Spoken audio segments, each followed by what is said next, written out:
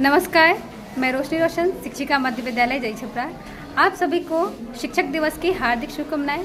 जैसा कि हम सभी जानते हैं कि 5 सितंबर को पूरे भारत में भारत के पूर्व राष्ट्रपति डॉक्टर सर्वपल्ली राधाकृष्णन के जयंती के अवसर पर मनाया जाता है। भारत में गुरु शिष्य परंपरा रहा है और गुरुओं को भविष्य का निर्माता कहा जाता है।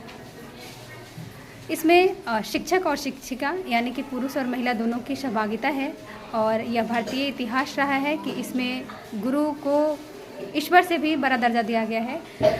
कबीरदास लिखते हैं कि गुरु गोविंद दो खरे काको लागू पाओ, बलिहारी गुरु आपको गोविंद दियो बताए।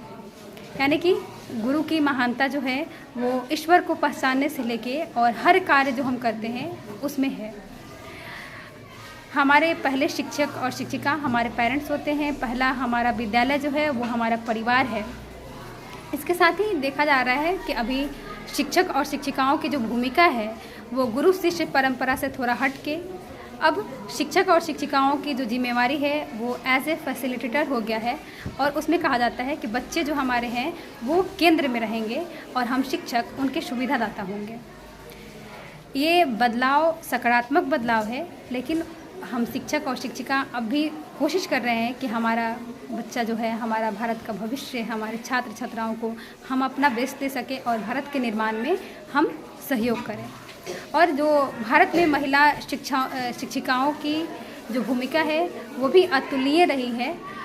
कभी हमें इतिहास में दिखाया नहीं गया। अगर इतिहास से थोड़ा हम अलग हट के करने की कोशिश किए तो बहुत सारी यातनाओं को झेलना पड़ा। जैसे कि हम सभी जानते हैं कि सावित्रीबाई फुले को, जो हमारे भारत की पहली महिला शिक्षिका थी, उन्हें कई तरह के समस्याओं का सामना करना पड़ा था क्योंकि हमारा समाज जो है वो उन्हें स्वीकार नहीं कर पा रहा था। अभी हम कई समस्याओं से, महिला शिक्षिका जो हैं कई समस्याओं से जूझ रहे हैं, जिसमें कि अलग अलग तरह की समस्याएं हैं और उसके साथ ही हमारे ऊपर आरोप लगा दिया जाता है बहुत तरीके के। लेकिन उन सब के अलावा हमारी जो जिम्मेवारी जो है वो हमारे बच्चे हैं, हमारे छात्र और छात्रा हैं। और उसमें हम ये देखते हैं कि हम जिस सोसाइटी में पढ़ाते हैं बच्चों को, गांव एरिया में, एकदम स्लम एरिया में, तो वहाँ पे बच्चों के पास जब हम बड़ी बड़ी बातें करते हैं कि ये होना चाहिए, वो सुविधाएं होना चाहिए, हमारी सरकार, बिहार सरकार बहुत तरह की सुविधाएं दे रही हैं, उसके बावजूद भी अभी कई तरह की समस्याएं हमारे बच्चों के पास है, जिसमें कि साफ़ सफाई की समस्या है, उनके पेरेंट्स के द्वारा उनके गृह कार्य पे ध्यान नहीं देना। उनके पास अब भी बहुत सारे बच्चे ऐसे हैं कि जानकारी के अभाव में वो पोषक आहार नहीं ले पाते हैं। तो हम शिक्षक और शिक्षिका की ये जिम्मेवारी बनती है कि हम बच्चों से अच्छे से बात करें, उनसे ऐसी तरीके से बात करें कि वो अपनी सभी बातों को हमें बताएं और जो समस्याएं हैं उन पे हम अच्छे से कोशिश कर पाएँ। और हम कोशिश कर रहे हैं और आगे भी कोशिश करते रहेंगे।